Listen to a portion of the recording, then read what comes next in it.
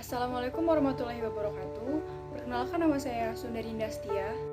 Saya Nurul Fajriah. Nama Risma Isnaini. Saya Tasfiatur Rofiah. Konsep teoritis utama. Yang pertama, intelijensi.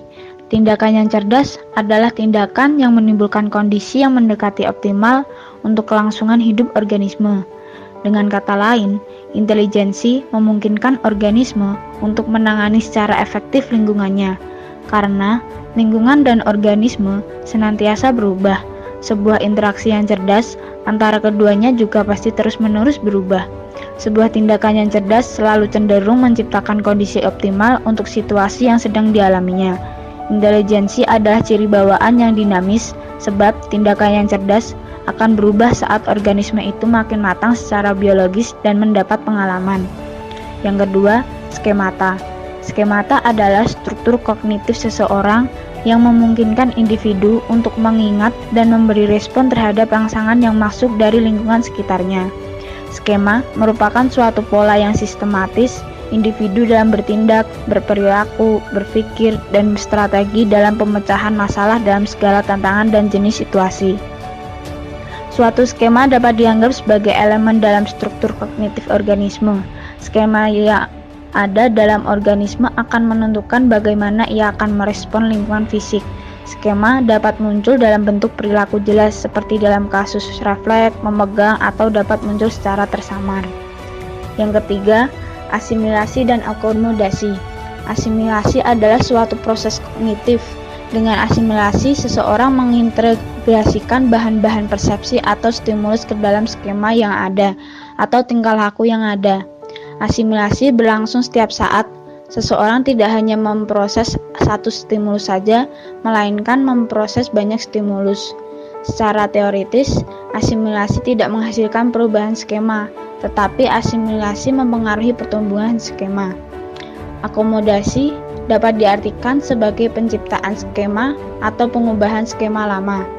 Asimilasi dan akomodasi terjadi sama-sama saling mengisi pada setiap individu yang menyesuaikan diri dengan lingkungannya. Proses ini untuk pertumbuhan dan perkembangan kognitif. Antara asimilasi dan akomodasi harus ada keserasian dan disebut oleh Piaget adalah keseimbangan.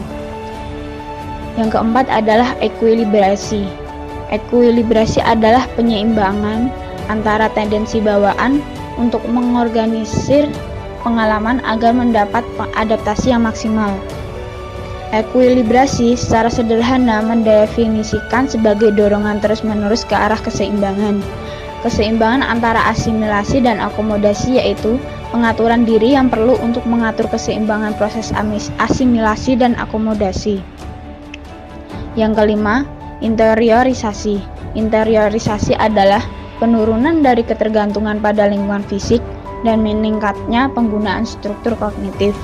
Struktur kognitif anak semakin luas, anak-anak akan mampu merespon situasi yang lebih kompleks. Mereka juga tidak tergantung situasi yang sedang dialami di lingkungannya. Misalnya, mereka mampu berpikir yang sebelumnya mereka tidak dapat memikirkannya, maka kelak mampu mengakumulasikan dalam pengalaman-pengalamannya. Materi yang kedua yaitu tahap-tahap perkembangan menurut Jean Piaget. Ada beberapa tahap perkembangan intelektual menurut Jean Piaget, yaitu tahap pertama sensori motor, umur 0 sampai 2 tahun. Pada tahap ini, bayi bergerak dari refleks instinktif pada saat lahir sampai permulaan pemikiran simbolis bayi. Bayi membangun pemahaman tentang dunia melalui pengkoordinasian pengalaman sensor dengan tindakan fisik. Anak-anak pada tahap ini bersikap egosentris. Pada akhir tahap ini, anak mengembangkan konsep kepermanenan objek. Dengan kata lain, mereka mulai menyadari bahwa objek tetap ada meski mereka tidak melihatnya. Tahap selanjutnya yaitu preoperasional, umur 2-7 tahun. Pada tahap ini, anak mulai mempresentasikan dunia dengan kata-kata dan gambar-gambar, mulai menggunakan simbol, pemijaran langsung pada dunia luar tetapi tanpa penalaran. Tahap preparasional terbagi menjadi dua, Yang pertama, pemikiran prakonseptual sekitar 2-4 tahun. Selama di tahap ini, anak-anak mulai membentuk konsep sederhana. Mereka mulai mengklasifikasikan benda-benda dalam kelompok tertentu berdasarkan kemiripannya. Yang kedua, periode pemikiran intuitif, umur 4-7 tahun. Pada tahap ini, anak-anak memecahkan problem secara intuitif, bukan berdasarkan kaidah-kaidah logika. Tahap selanjutnya yaitu operasional konkret, umur 7-11 tahun. Di tahap ini, anak dapat berpikir secara logis mengenai peristiwa-peristiwa yang konkret dan mengklasifikasikan benda-benda ke dalam bentuk-bentuk yang berbeda. Tetapi selama tahap ini, proses pemikiran diarahkan pada kejadian real yang diamati oleh anak. Tahap yang terakhir yaitu operasional formal, umur 11-15 tahun. Anak-anak kini bisa mengalami situasi hipotetis dan proses berpikir mereka tak lagi tergantung hanya pada hal-hal yang langsung dan real. Pemikiran pada tahap ini semakin logis, jadi aparatus mental yang dimilikinya makin canggih. Di tahap ini diperoleh kemampuan untuk berpikir secara abstrak, menalar secara logis, menarik kesimpulan dan informasi yang tersedia. Dalam perkembangan intelektual, ada 3 hal penting yang menjadi perhatian Piaget. 3 hal tersebut antara lain, yang pertama struktur. Piaget memandang ada hubungan fungsional antara tindakan fisik, tindakan mental, dan perkembangan logis anak-anak. Tindakan menuju pada operasi-operasi dan operasi-operasi menuju pada perkembangan struktur-struktur. Yang kedua yaitu isi. Isi merupakan pola perilaku anak yang khas, yang tercermin pada respon yang diberikannya terhadap berbagai masalah atau situasi yang dihadapinya. Yang ketiga yaitu fungsi. Fungsi merupakan cara yang digunakan organisme untuk membuat kemajuan intelektual. Menurut Piaget, perkembangan intelektual didasarkan pada 2 fungsi, yaitu organisasi dan adaptasi. Organisasi memberikan pada organisme kemampuan untuk mengestimasikan atau mengorganisasi proses-proses fisik atau psikologis menjadi sistem-sistem yang teratur dan berhubungan. Adaptasi terhadap lingkungan dilakukan melalui 2 proses, yaitu asimilasi dan akomodasi. Setiap anak mempunyai potensi berkembangnya intelektual dengan beberapa tahapnya. Potensi-potensi yang dimiliki anak dalam otaknya sudah terasimilasi dan terakomodasi mulai sejak si anak lahir.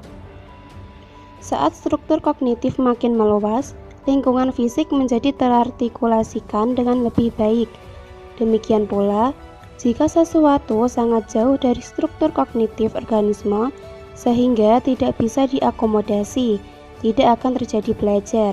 Agar belajar optimal terjadi, informasi harus disajikan dengan jelas agar mudah dipahami. Tetapi, jika sesuatu sudah dipahami dengan baik, tidak diperlukan proses belajar. Seseorang harus menentukan jenis struktur kognitif apa yang tersedia bagi individu dan pelan-pelan mengubah struktur ini sedikit demi sedikit. Karena alasan inilah, Piaget mendukung hubungan tatap muka satu-satu antara guru dan murid. Ginsberg dan Oper meringkaskan cara Piaget memandang perkembangan kognitif yang dipengaruhi oleh warisan bawaan. Yang pertama yaitu struktur fisik bawaan, yakni sistem saraf membatasi fungsi intelektual. Kemudian yang kedua, reaksi behavioral bawaan, yaitu refleks mempengaruhi tahap awal kehidupan manusia, namun setelah itu dimodifikasi besar-besaran setelah bayi berinteraksi dengan lingkungannya. Kemudian yang ketiga yaitu pendewasaan struktur fisik mungkin memiliki korelasi psikologis, yakni ketika otak menjadi matang sampai titik di mana perkembangan bahasa dimungkinkan. Implikasi teori kognitif Piaget dalam pembelajaran. Yang pertama adalah individu dapat mengembangkan pengetahuannya sendiri. Pengetahuan yang dimiliki oleh setiap individu dapat dibentuk dan dikembangkan oleh individu sendiri melalui interaksi dengan lingkungan yang terus-menerus dan selalu berubah. Dalam berinteraksi dengan lingkungan tersebut, individu mampu beradaptasi dan mengorganisasikan lingkungannya, sehingga terjadi perubahan dalam struktur kognitifnya, pengetahuan, wawasan, dan pemahamannya semakin berkembang. Atau dengan kata lain, individu dapat pintar dengan belajar sendiri dari lingkungannya. Walaupun demikian, pengetahuan yang diperoleh individu melalui interaksi dengan lingkungan ada kalanya tidak persis sama dengan apa yang diperoleh dari lingkungan itu. Individu mampu mengembangkan pengetahuannya sendiri, mampu memodifikasi pengalaman yang diperoleh dari lingkungan, sehingga melahirkan pengetahuan atau temuan-temuan baru. Yang kedua adalah individualisme dalam pembelajaran. Dalam proses pembelajaran harus disesuaikan dengan tingkat perkembangan individu. Belajar akan lebih berhasil apabila disesuaikan dengan tahap perkembangan kognitif peserta didik. Hal ini disebabkan karena setiap tahap perkembangan kognitif memiliki karakteristik berbeda-beda. Dalam proses belajar, seseorang akan mengikuti pola dan tahap perkembangan tertentu sesuai dengan umurnya. Seseorang tidak dapat mempelajari sesuatu yang di luar kemampuan kognitifnya. Contohnya nih, pada anak TK, mereka belajar menggambar, mengenal benda, menghitung, dan sebagainya. Seorang guru yang bila tidak memperhatikan tahapan-tahapan perkembangan kognitif, maka akan cenderung menyulitkan siswa. Dalam proses pembelajaran, juga harus memperhatikan tingkat perkembangan peserta didik. Bahasa dan cara berpikir anak berbeda dengan orang dewasa. Oleh karena itu, dalam proses pembelajaran, guru harus menggunakan bahasa yang sesuai dengan cara berpikir anak.